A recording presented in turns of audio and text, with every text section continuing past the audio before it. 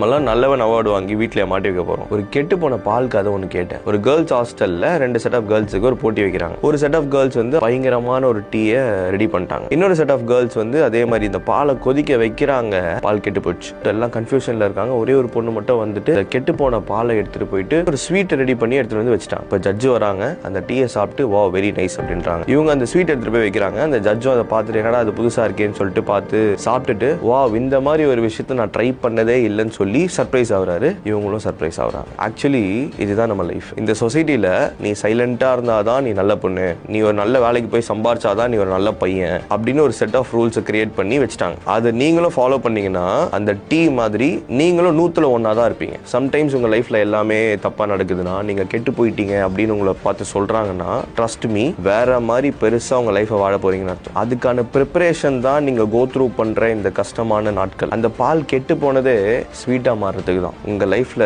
Problems வருது நீங்க successful ஆகிறதுக்கு தான்.